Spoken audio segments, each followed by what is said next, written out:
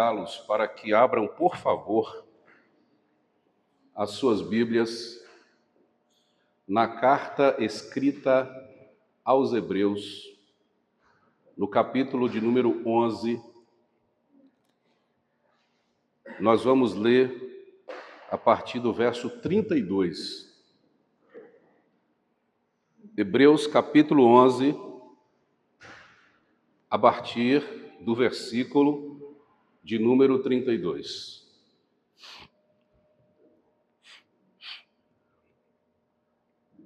Está escrito assim: E que mais direi?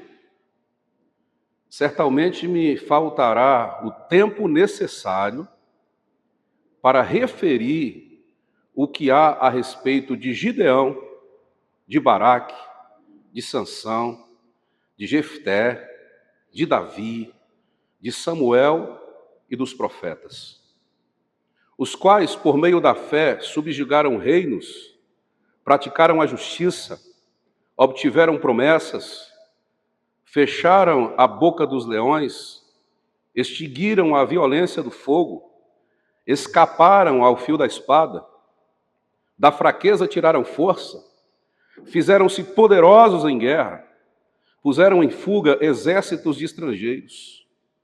Mulheres receberam pela ressurreição os seus mortos. Alguns foram torturados, não aceitando o seu resgate para obterem superior ressurreição. Outros, por sua vez, passaram pela prova de escárnios e açoites. Sim, até de algemas e prisões. Foram apedrejados, provados, cerrados pelo meio, mortos a fio de espada. Andaram peregrinos, vestidos de pele de ovelhas e de cabras, necessitados, afligidos, maltratados, homens dos quais o mundo não era digno. Errantes pelos desertos, pelos montes, pelas covas, pelos antros da terra. Todos estes que obtiveram bom testemunho por sua fé, não obtiveram, contudo, a concretização da promessa, por haver Deus provido coisa superior a nosso respeito, para que eles, sem nós, não fossem aperfeiçoados. Senhor, nós estamos diante da Tua palavra mais uma vez, pedimos que nos agracie, fale ao nosso coração e nos edifique, para que assim o Teu nome seja glorificado em Jesus. Amém. Quando você pensa a respeito das figuras que foram citadas, não apenas na leitura que nós fizemos aqui esta noite, mas também nos versículos anteriores, se você pensa como eu, você olha para estas figuras com um olhar distante. São seres que parecem estar a uma capacidade superior nossa inalcançável.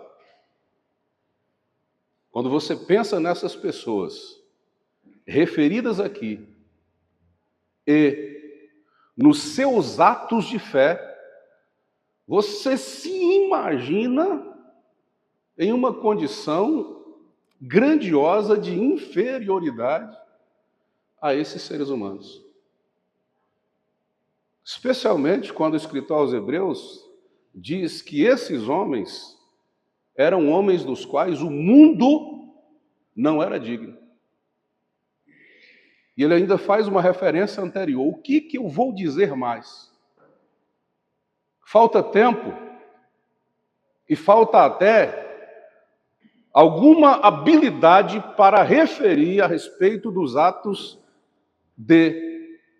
E aí ele apresenta mais algumas pessoas que, pela fé, produziram em sua vida, em seu testemunho diante de Deus, coisas grandiosas e aparentemente para nós, lendo o texto, inalcançáveis.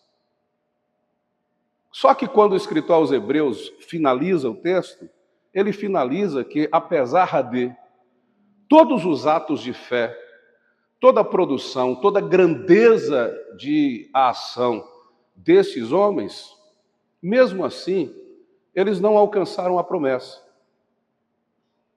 Porque Deus havia preparado para nós algo superior. Então, apesar de todas as coisas que eles fizeram, receberam, e de tudo que eles foram, a nosso respeito, algo superior foi realizado. E você sabe que ele está falando a respeito de Jesus, ele está falando a respeito da graça. Então, todo o movimento que foi feito no Antigo Testamento pelas pessoas referidas aqui, são movimentos que apontam para uma única estrada de fé, para um único caminho, para uma única figura que é central nas Escrituras, que é a pessoa de Jesus Cristo.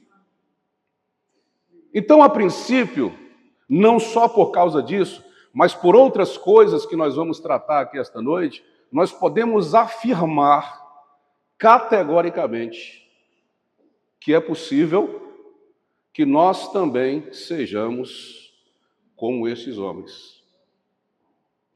É possível que essa distância que há entre o que nós lemos, obrigado, querido, e aquilo que eles fizeram, seja diminuída a partir do momento que a gente consiga compreender que eles também, assim como nós, somos pessoas humanas, não podem ser admitidas como ídolos, não podem ser admitidos como seres superiores a nós, porque a gente, como nós somos.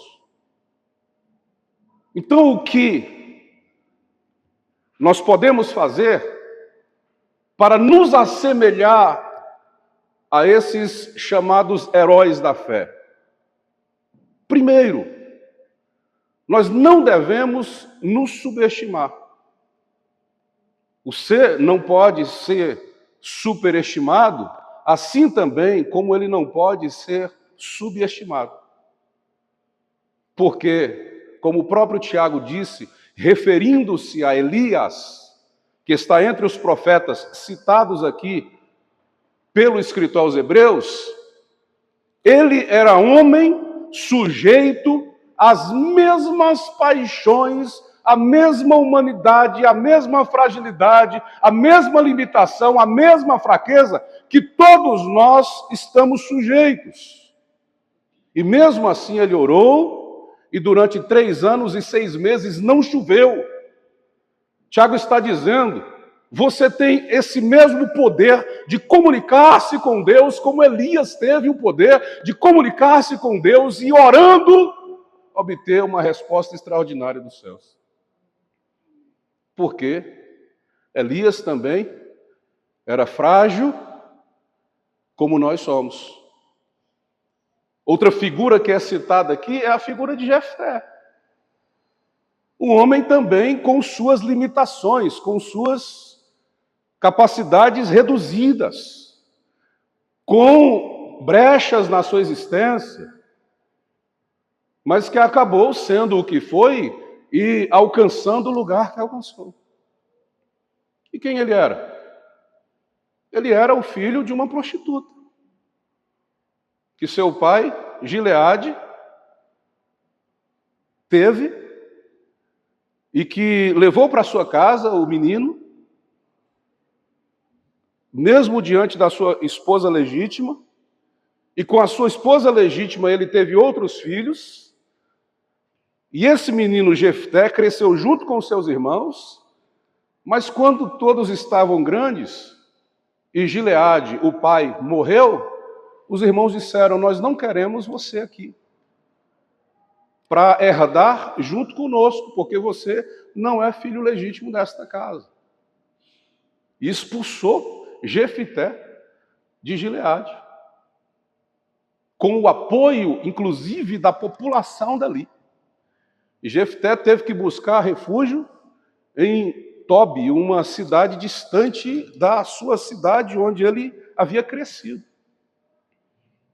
E o que a palavra de Deus diz em Juízes, capítulo de número 11, é que ele cresceu, que ele, por ser um grande líder, por ser uma pessoa de uma capacidade, inclusive militar avançada, ele teve com ele um exército de homens maus.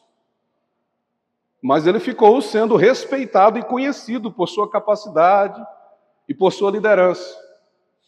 18 anos depois de ter sido expulso de Gileade, os amonitas invadiram, ou melhor, os amonitas imediatamente invadiram Israel e começaram a torturar, a tomar do povo de Israel, de Gileade, algumas coisas. E eles se sentiram ali escravizados, se sentiram abusados, de modo que procuravam uma liderança militar para resolver a questão e não encontrava ninguém. Enquanto isso, Jefité crescia em fama e em capacidade e no seu número de soldados do exército lá em Tobi. Os anciãos de Gileade perceberam que a solução para resolver o problema de Gileade era exatamente aquela que eles haviam expulsado há 18 anos de sua cidade. E foram até lá.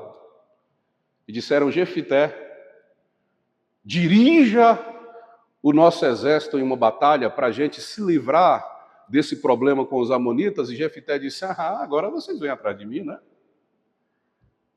Vocês não se lembram do que vocês fizeram? Os meus irmãos me expulsaram de casa e vocês apoiaram o que os meus irmãos fizeram contra mim. E agora vocês vêm atrás de mim? Eu posso até ir, mas eu só vou se eu me tornar chefe do exército de Israel, se eu me tornar chefe de vocês. E eles aceitaram a proposta. Nós temos aqui um homem corajoso, Jefté. Nós temos aqui um homem que é um grande líder. Nós temos aqui um homem que tem uma ambição saudável, porque ele já estava numa determinada posição e queria não apenas mantê-la, mas crescer um pouco mais no lugar que ele havia conquistado a sangue e suor, e que foi para essa luta, foi para essa batalha. Um homem cheio de defeitos. Um homem que orava, que consultava a Deus, mesmo estando vivendo com pessoas de comportamentos duvidosos, era um homem que consultava a Deus, que buscava a Deus com sua fragilidade e limitação. E ele foi orar, foi buscar a Deus, e em um dado momento a Bíblia diz que o Espírito de Deus se apoderou de Jefté para ele lutar contra os amonitas. E ele se sentiu cheio de Deus para poder pelejar esta guerra. Mas aí vem a fragilidade de um sujeito que conhece a Deus apenas parcialmente. E ele fez um voto. E ele disse: se Deus de verdade me der esse povo, os amonitas, de forma completa, integral nas minhas mãos, o primeiro ser vivo que sair da minha casa, quando eu voltar da guerra, eu oferecerei em holocausto ao Senhor. Foi para a guerra, venceu os amonitas. Quando ele voltou para casa, quem é que sai ao encontro dele? A filhinha, dançando e celebrando, tocando adufes e adorando a Deus por causa da vitória que Jefté teve sobre os seus adversários. E imediatamente ele disse: minha filha, agora você se tornou a causa da minha aflição. Uma vitória que deveria e poderia ter sido autenticada com o simples fato de crer em Deus, de saber que Deus não precisa das nossas negociações para poder operar aquilo que Ele já tem projetado para operar em nossas vidas, mas Ele querendo ajudar a Deus a realizar as coisas por meio de uma ação sua, faz um voto precipitado. Eu gosto, inclusive, do que assevera o escritor da história dos Hebreus, quando ele diz o seguinte: ele ofereceu para Deus algo que Deus não desejou, não pediu e não queria. Se ele conhecesse a lei de forma mais completa, ele saberia que Deus não aceita sacrifícios humanos e não pediria a alguém, em um caso muito especial, sem permitir que se executasse, foi Abraão. Me dá o seu filho Isaque. Mas foi um caso especial de Deus, e mesmo assim, não permitindo a execução. Mas ele, conhecendo a Deus, a lei de Deus apenas parcialmente, faz um voto a Deus, querendo ajudar a Deus. E às vezes a gente faz isso. Nesses nossos votos em que a gente tenta negociar alguma coisa com Deus, a gente se esquece que todas as coisas que vêm dos céus vêm como dádiva, vêm como dom, é de graça. Deus não precisa e não quer que a gente pague aquilo que Ele já tem para nos oferecer. Mas parece que a gente só acredita se a gente objetificar a fé. A fé precisa de um objeto, a fé precisa ser tocada. Se não tiver uma arca para eu colocar a mão, se não tiver alguma coisa para eu poder identificar que está em contato com a minha pele, parece que não é fé. E a fé é exatamente o contrário disso. A fé é a coisa que a gente não viu, não creu, ou melhor, creu, claro, né? Não tocou. A fé não tem substância.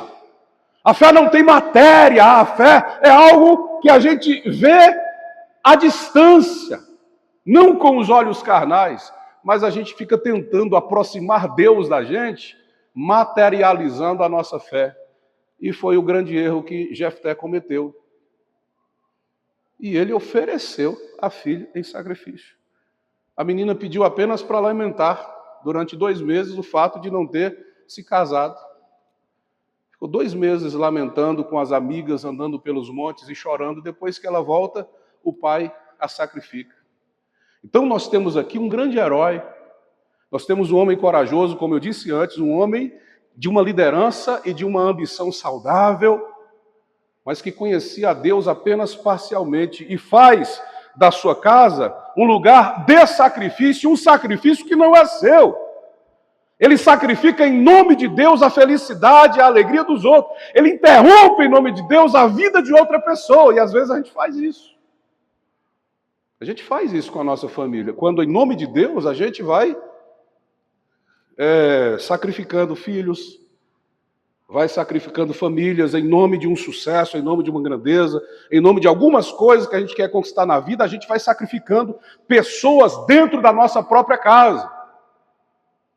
E a gente só se sente um pouco confortável porque a gente está dizendo assim, não, mas é para Deus. E a gente esquece de se perguntar, será que era realmente isso que Deus queria? Ou Deus queria que primeiro eu cuidasse da minha filha, eu abençoasse a minha casa, eu cuidasse do meu esposo, eu ajudasse a minha família.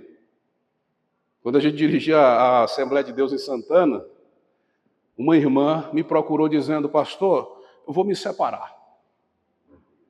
Meu marido não quer permitir que eu faça missões. Não quer que eu pregue o evangelho. Como assim, irmã?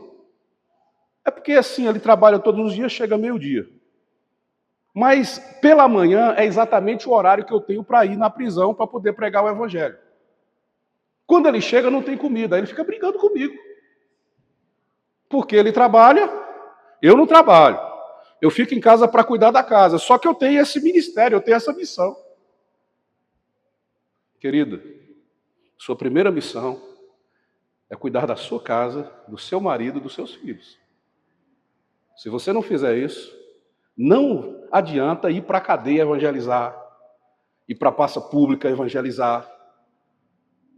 Porque o que a palavra de Deus diz aos superintendentes que estavam sendo consagrados, tanto por Tito quanto por Timóteo, é que primeiro eles deveriam cuidar da felicidade da sua casa, abençoar a sua família. Se eles não tinham condições de ter um relacionamento saudável com a esposa e com os filhos, eles não poderiam cuidar da obra de Deus, dizia Paulo.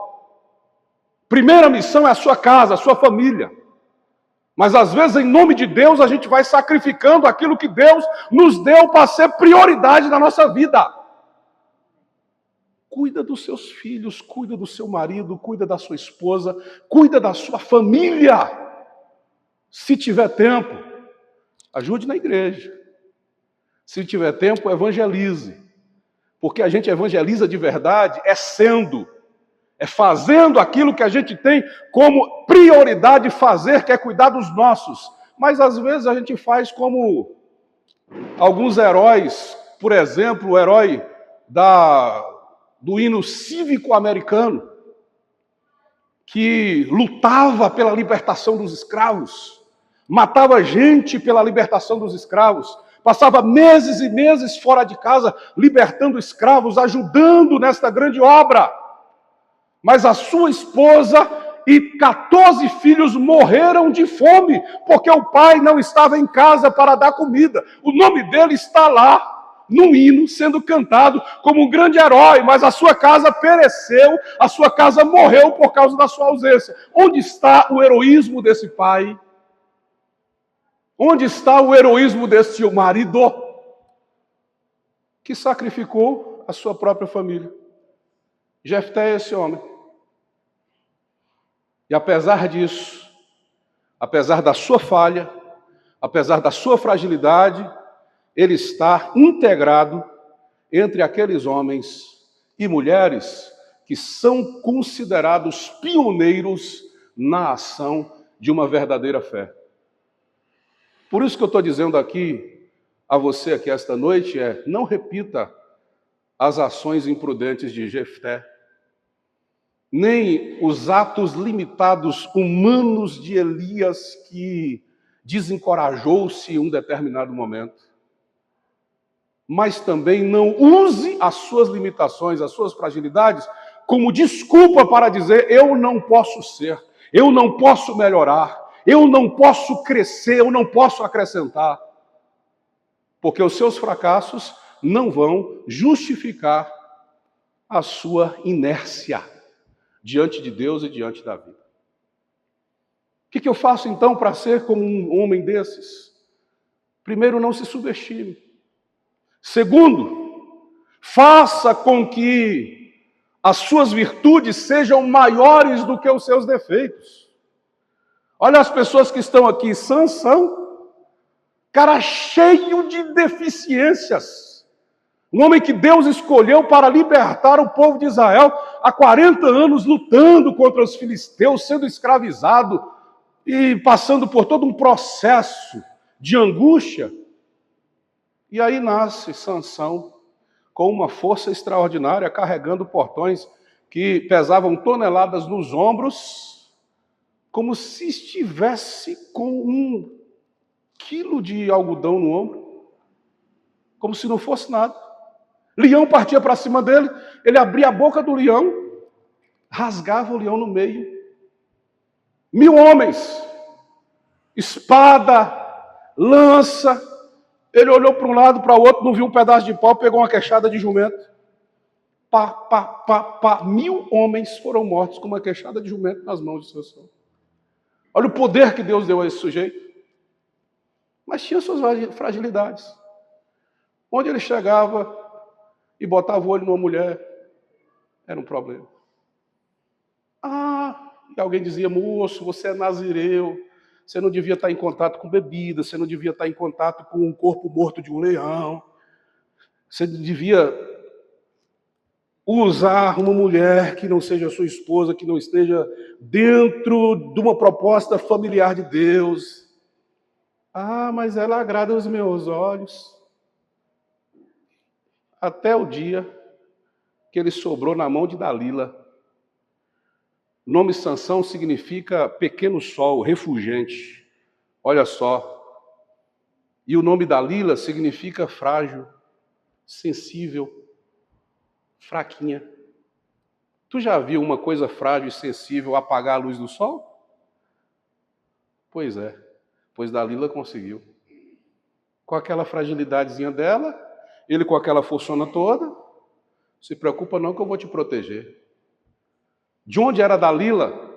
De um lugar que não era nem Israel, nem dos termos filisteus. Ela ficava numa fronteira entre Israel e os filisteus.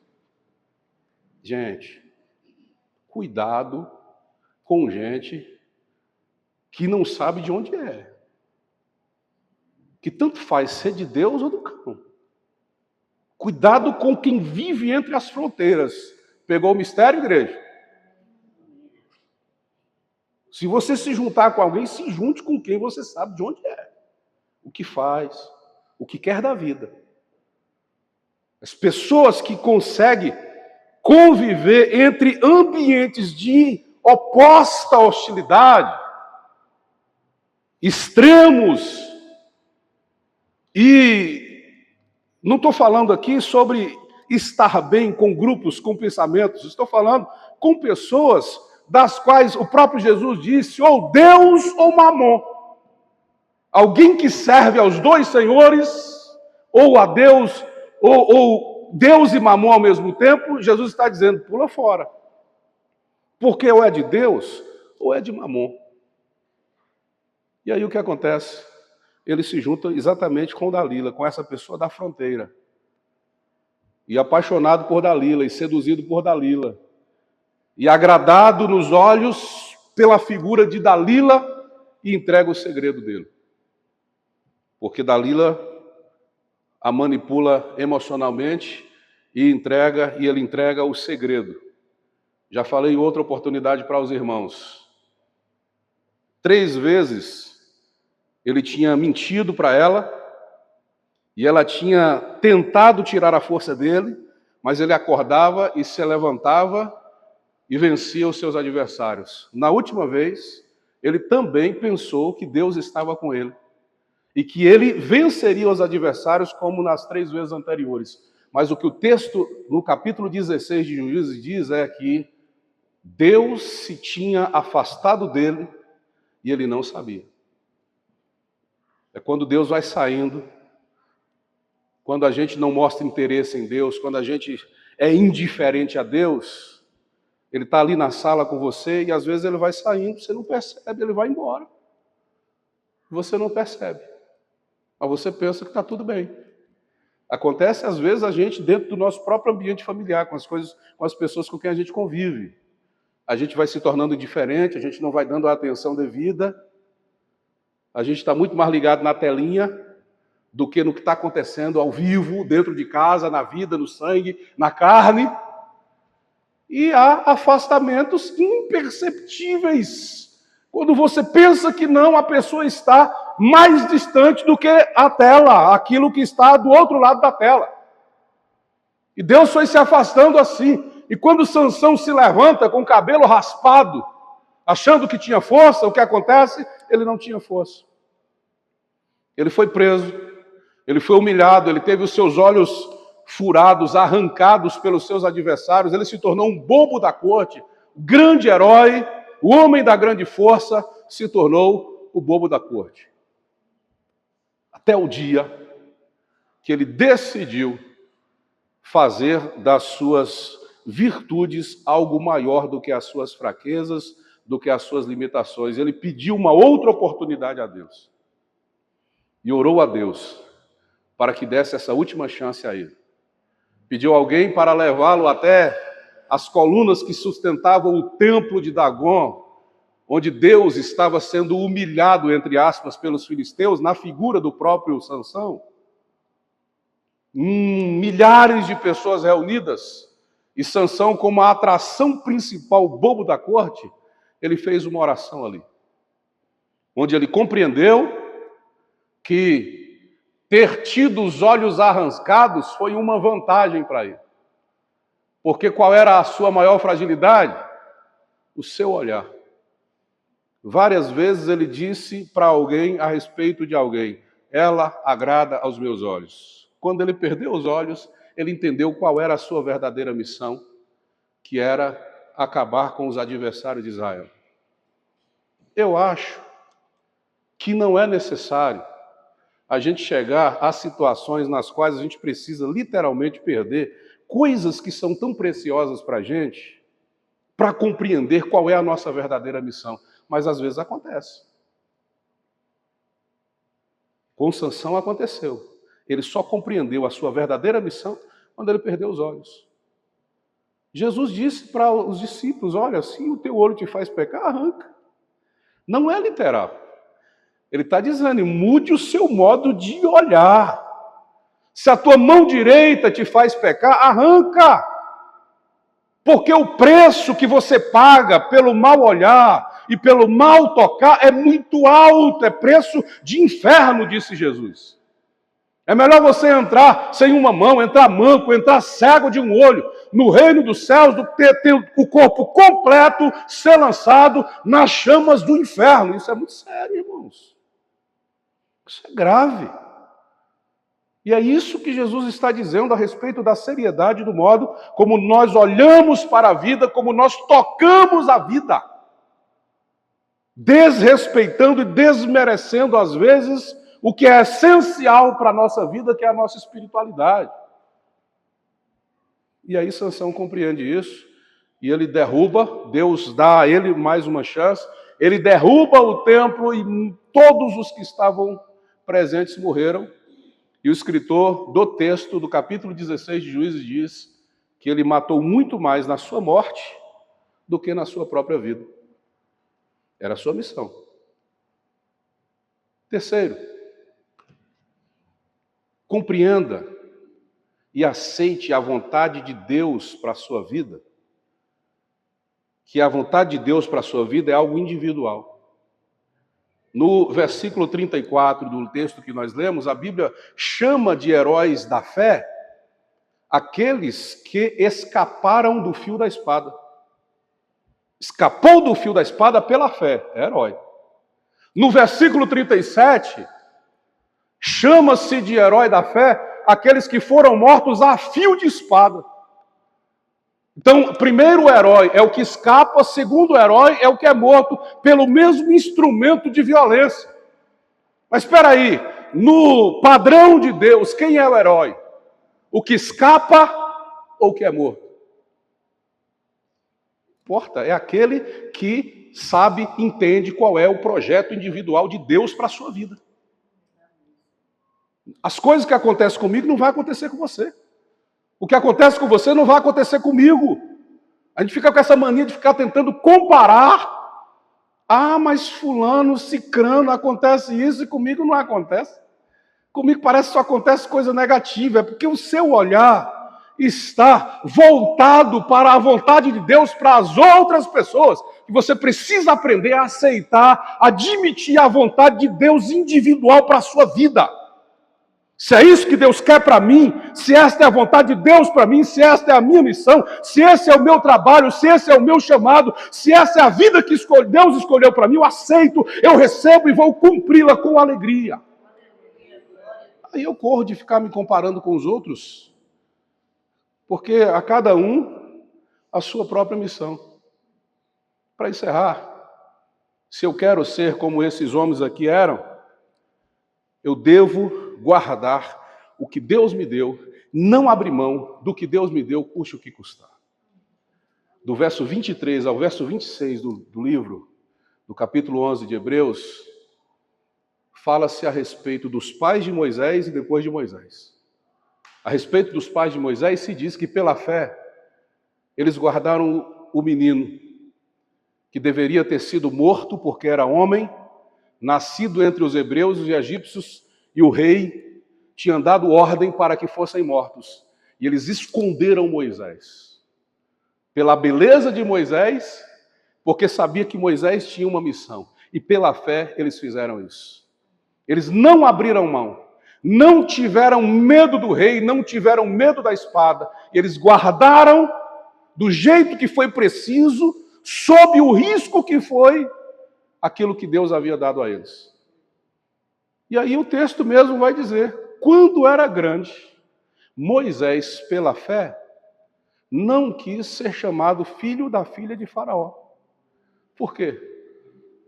Porque ele tinha uma mãe que, sob risco de vida, guardou com preciosidade. Quando ele cresceu, ele valorizou o que sua mãe havia feito e a missão de Deus para a sua vida. E ele disse, eu não vou abrir mão disso também.